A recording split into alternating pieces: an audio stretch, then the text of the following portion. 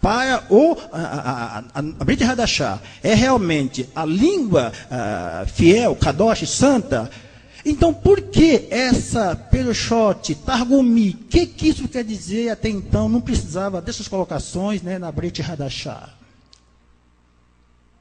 Isso. Então agora vamos para a réplica do nosso professor Robespierre. Bem, primeiramente a questão ainda da Septuaginta e por que os judeus da diáspora, depois do ano 70, respondendo a pergunta direta, por que os judeus da diáspora, quando recebia suas cartas, era respeitado a halahá, e aonde eles estivessem, na sua sinagoga, eu estive pessoalmente nas regiões, fiquei 2 meses naquela região e estudamos o assunto dentro de um contexto hebraico. E podemos falar com letras copiosas que, quando as cartas do apóstolo Shaul, do Talmidim Kefa e de outros discípulos dos Talmidins chegavam às determinadas Kehilá, não era igreja. A expressão igreja exatamente era uma expressão grega, que significa chamados para fora, para adorar ao sol. E então quando a carta chegava, as cartas chegavam e só poderiam ser lidas em hebraico ou aramaico, dentro daquele país estranho. E isso eu vi na França, nos Estados Unidos, em toda a Europa e no Brasil. Até hoje no Brasil, se você for numa sinagoga, você vai ver que na hora de ler a leitura da Tanar e dos profetas e os sermões são feitos exatamente em hebraico e aramaico. Em hebraico atualmente. E nunca, jamais, na língua comum daquela nação que está se fazendo, que está se falando, que eles falam, depois sim eles traduzem. Isto porque os apóstolos guardavam uma tradição chamada halahá. Eles não quebravam essa tradição. É que era autoridade doutrinal e autoridade espiritual. Eis aí a resposta à pergunta por que as cartas a diásporas eram lidas nesta língua. Agora, quanto à questão do nome do Salvador, a questão é simples. E eu quero dizer diretamente para vocês. A questão é o seguinte, prezados e queridos telespectadores, que o nome Jesus Cristo não se trata de uma tradução e nem tampouco de uma transliteração e nem tampouco de uma transmutação.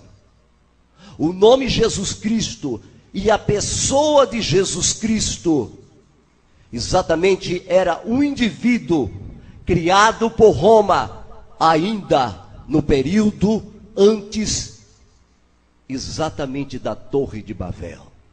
Através de Nimrod, Samiramis e Tamus, nós temos a figura do filho de Nimrod com Samiramis, cujo nome na língua hebraica chamava-se Tamuz, e cujo nome na língua egípcia chamava-se Isus, que era filho de Isis.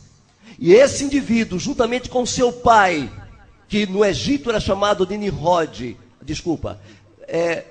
em hebraico, lá em Babilônia, ele era chamado exatamente de Nimrod. E a expressão hebraica usada pelos Naviim, os profetas, ele usava o nome de Baal-Zebu. Mas lá no Egito, o nome de Baal-Zebu era Zeus, de onde surgiu a palavra Deus. Por isso, quando se falava no Egito que Jesus Cristo era filho de Zeus, que era a figura do boi, Apis, lá no Egito, não se estava mentindo.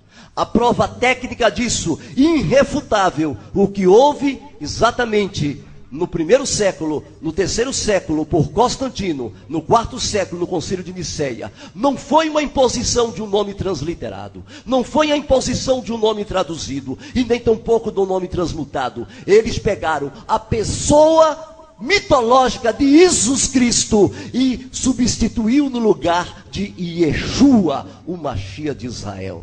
Para provar isso, as primeiras traduções da Bíblia, ainda daquela época, conserva estes traços, e nós temos aqui a prova do crime.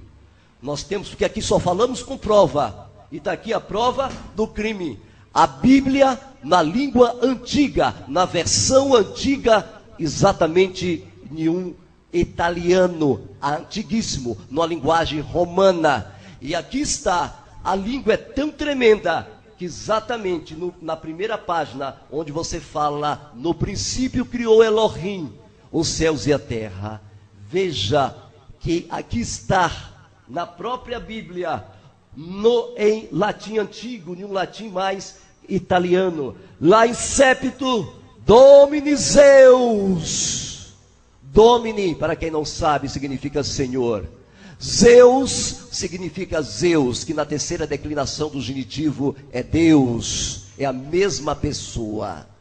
E quando você fala exatamente o nome do filho de Zeus, está aqui ainda no latim antigo. Essas versões saíram na época ainda do Império Romano, exatamente em Matei, eles falam Matei, capítulo 1, vocês verão exatamente o que nós estamos falando é uma realidade irrefutável, porque contra fatos não há o quê?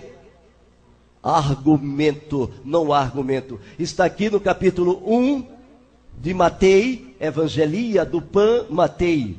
Exatamente está escrito o seguinte, eu vou ler na própria língua que eles escreveram, ainda na língua italiana antiga, quando eles disseram: Ievanaste, um fio, se vivei pundi numeli, Jesus Cristo. Vocês poderão perceber, aqui está Jesus. Esse indivíduo não se trata de uma tradução, nem de uma transliteração, nem de uma transmutação. O elemento vital deste indivíduo foi exposto no livro de Ezequiel 8,14. Quando a sexta-feira da paixão já era comemorada, e as mulheres choravam por Tamuz, e a procissão acontecia, e a figura que se levava nos ombros, que o encontrava com a mãe, era a figura de Jesus, de Jesus Cristo, com a sua mãe.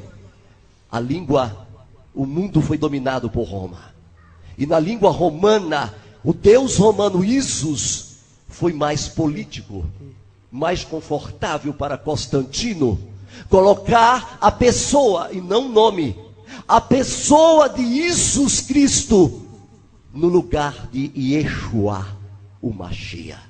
E a maior prova disso está no erro do grego, porque os gregos pegaram o nome Yeshua e escreveram em grego. Se vocês permitem escrever em grego, em hebraico, escrever em gregos. Dentro do tempo. Posso, dentro do tempo, então escrever em grego. Exatamente, Jesus. Esta expressão Jesus, ele diz que é uma transliteração de Yeshua. E eles então diz, justifica que a letra Shin foi substituída pelo Sigma, porque na letra Shin, exatamente os gregos não falam, e isso é verdade. Se você falar com um grego, fala aí chiclete, o grego vai dizer ciclete. E eu confirmei isso com uma grega, professora de história em inglês, lá na própria Grécia, na ilha Chipre. Nós conversamos ao vivo em inglês sobre esse assunto.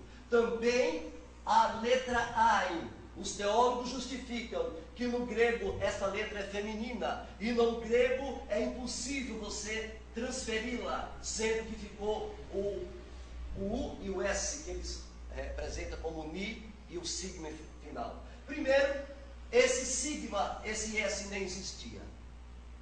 Exatamente era escrito desta forma, Yesu, sem esse S. E esse Yesu que eles estavam falando se tratava exatamente da transliteração correta de Jesus Cristo, que era o filho de Zeus. Era esse Jesus que é uma adaptação de Constantino.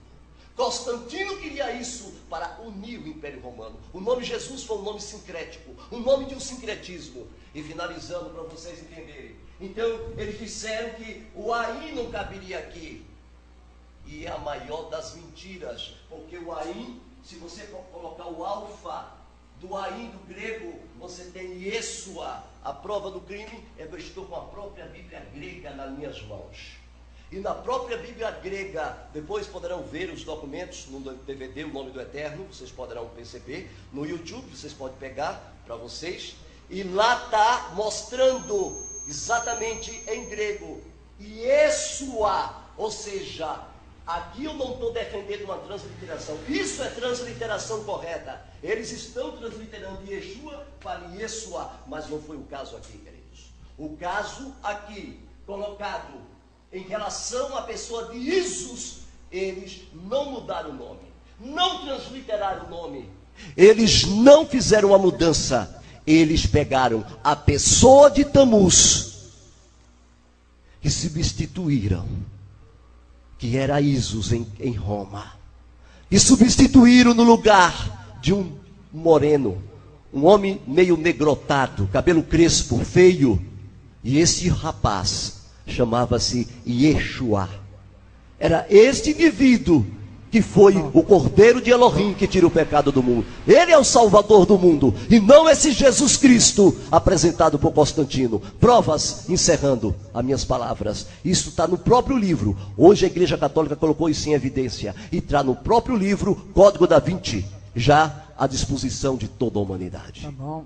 Então agora tem o nosso mais 5 minutos para o nosso irmão Azarias fazer a sua tréplica. Interessante, né? Automaticamente, tá? Jesus, tá? Se não tinha realmente, não pronunciava o Shin, então de qualquer forma seria o Sigma, Yeshua. Nós encontramos essa colocação até no próprio no Tanar, nas palavras ali, né, do escritor Neemias, né, enquanto que aparece a palavra tanto Yesu como Jesus em grego, tá, referindo a mesma pessoa, a declinação Yesu ou Jesus com sigma no grego, tá? E o interessante é que chega a ponto de dizer que Jesus, você está chamando o teu Jesus, Deus cavalo, filho de uma égua, é o que aplica. Se a palavra, tá, Jesus, ela é grega, como que eu posso traduzir para o hebraico?